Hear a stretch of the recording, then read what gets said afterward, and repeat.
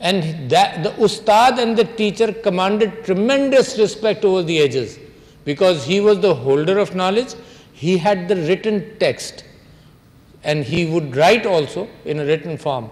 But then came the printing press, and that made knowledge easily dissipate, to be able to dissipate knowledge. That was the first technological progress in society as far as knowledge is concerned.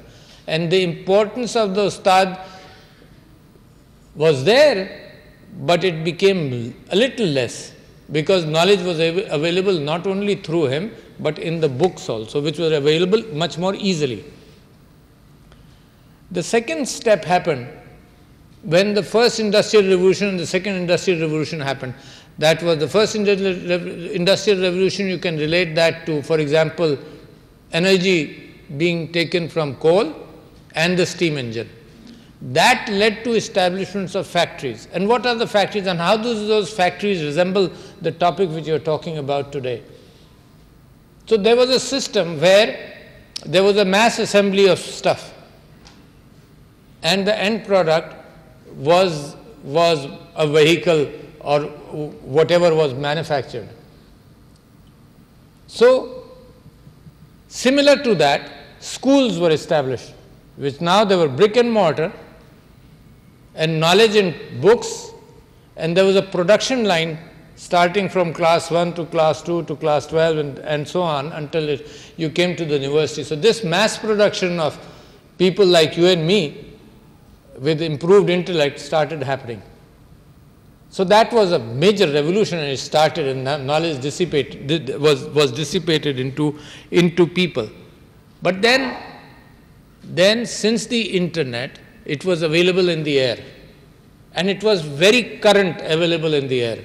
For example, today, if I were to read any book other than philosophy, philosophy will never age. So I am still reading. For example, you may not have known the philosopher Bertrand Russell. I was reading his book, his e-book really, on my e-book, Problems in Philosophy. So those philosophical issues never get old.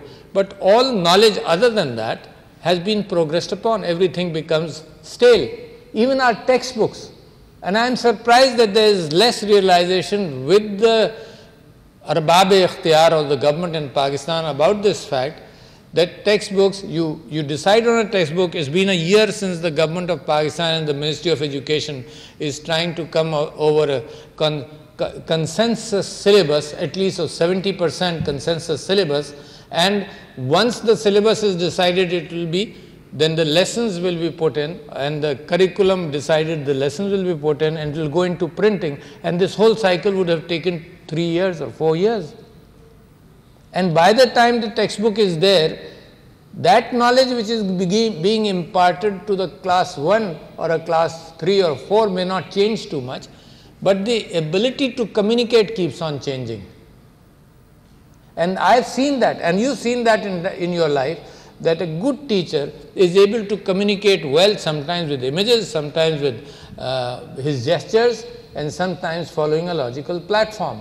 I don't remember right now, but there was a thinker, a lateral thinker, whom I used to follow. This is about 20, 30 years ago, lateral thinking. In fact, the term lateral thinking came up from him. And he was very good in his presentations, and he had an overhead projector. And he also, in fact, he spoke on Pakistan television also in 1980 or whatever. I'm forgetting his name. But he was a very good communicator, and his flow of thoughts went into diagrams which he was drawing at the same time as he was speaking. So communication is a science which also has improved over time. So imagine the textbooks, where by the time they will be printed of 8th and 9th, they will be old. There will be immediate need for revision. At the same time, what you are talking about right now is so important that I have tried that, experimented that in my own constituency. And what I did, I was fascinated by the Khan Academy, as some of you would know that. And I picked up some lessons from there. I have always been interested in maths, but I did not pick that up in my intermediate and in my later life. So I wanted to learn calculus. And this is a story of maybe by itself is about 8 or 10 years old story. And I wanted to learn calculus, and I went to the Khan Academy, kept on learning, had problems, but then went back and kept on doing that. So the ability for a child to be able to, or in Pakistan, to be able to do that, to go back and do it on his own time, with the same kind of attention as a teacher would give, that is a tremendous improvement and change in a system. So what I did was, in Hijrat colony, which is my constituency in Karachi, I gave students, there was a group of 30 students, 40 students who got admission in class 1. And with 20 of them, I gave them, through a sponsor, I gave them a pad to start learning. And these were the students who came in from scratch. They had no idea about knowledge at all. And the 20 went into the system as regular students. And by the end of the year, we found there was a tremendous difference between those who were given a pad to learn and those who were in the regular, either it was a rote learning system or whatever. There was a tremendous difference between both of them.